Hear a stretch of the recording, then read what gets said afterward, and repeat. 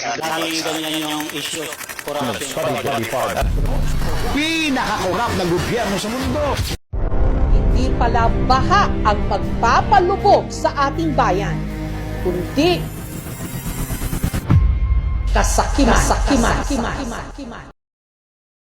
Milyong-milyong mga tao ang naaapektuhan dahil sa bulok na sistema ng gobyerno.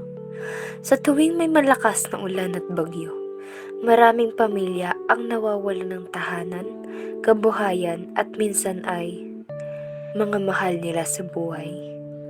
Pero mas masakit isipin na hindi kalikasan ang rason bakit ito nangyayari, kundi ang mga taong nakaupo na dapat ay naglilingkod, pumoprotekta at nagtatanggol sa bawat mamamayang Pilipino.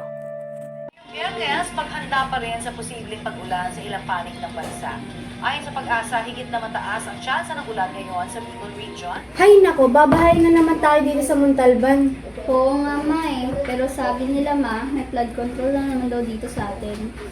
Kawawa nga na naman tayo dito sa Montalban kung babahayin na naman tayo. O ama, nilagay mo nga yan sa taas para hindi masira ng tubig yan pag nagkabaha tayo dito sa Montalban. Sige ma. Ma, pero yung ibang gamit na yakit ko na para hindi mabasa, para hindi masira. O sige, lagay mo na yan dyan.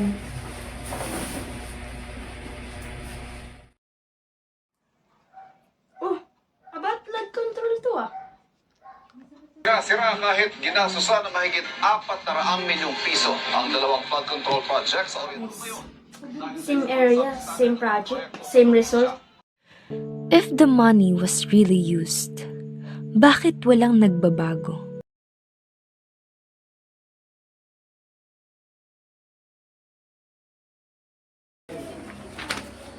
Sigurado ba kayo? Okay na to? Yes, Mr. President. Kompleto na sa documents. At wala namang nakakaalam, confidential eh.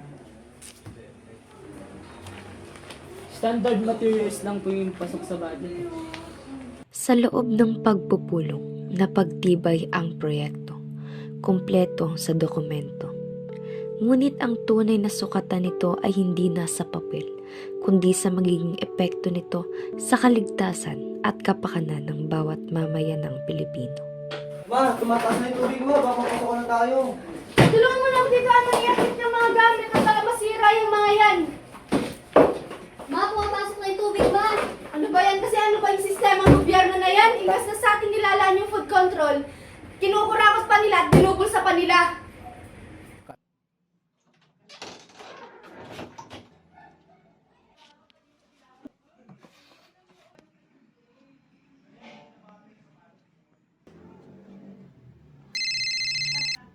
Hello?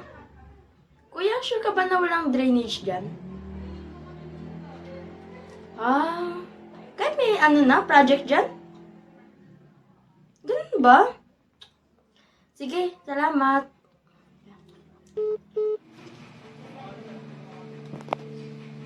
Habang sinasabi nilang kompleto na ang mga flood control project, lumulubog naman ng mga bahay ng mga ordinaryong Pilipino. At habang nanatiling nakatayo, matatag at sagana ang mga bahay ng mga politika.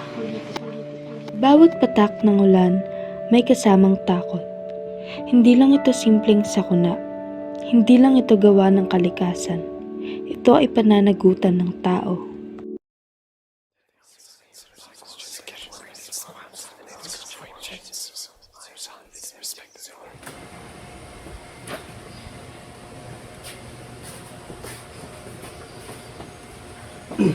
Isang mapagpalang araw sa inyo, aking mga mamamayang Pilipino.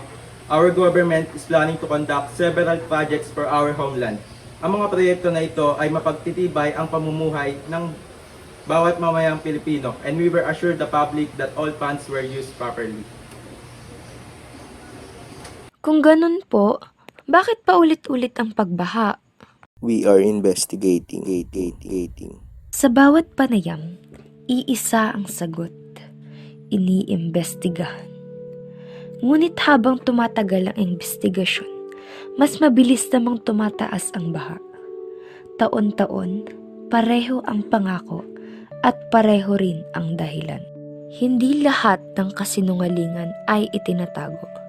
Minsan, hinahayaan lang natin. Andito po tayo ngayon sa isang lugar na kung saan naapektuhan ng bagyo at baha. At ito po ay isang pamilya na naapektuhan ng baha. Ito ang sistema ng gobyerno ngayon. May flood control na, bakit ganun pa rin? May flood control na, bakit ganun pa rin? Katagang paulit-ulit na lamang dinadaing ng mga Pilipino sa tuwing lulubog sa baha ang mga kalsada at kabahayan. Sa bawat buhos ng ulan, tila kasabay nitong umaapaw ang pagkadismaya ng mga mamamayan.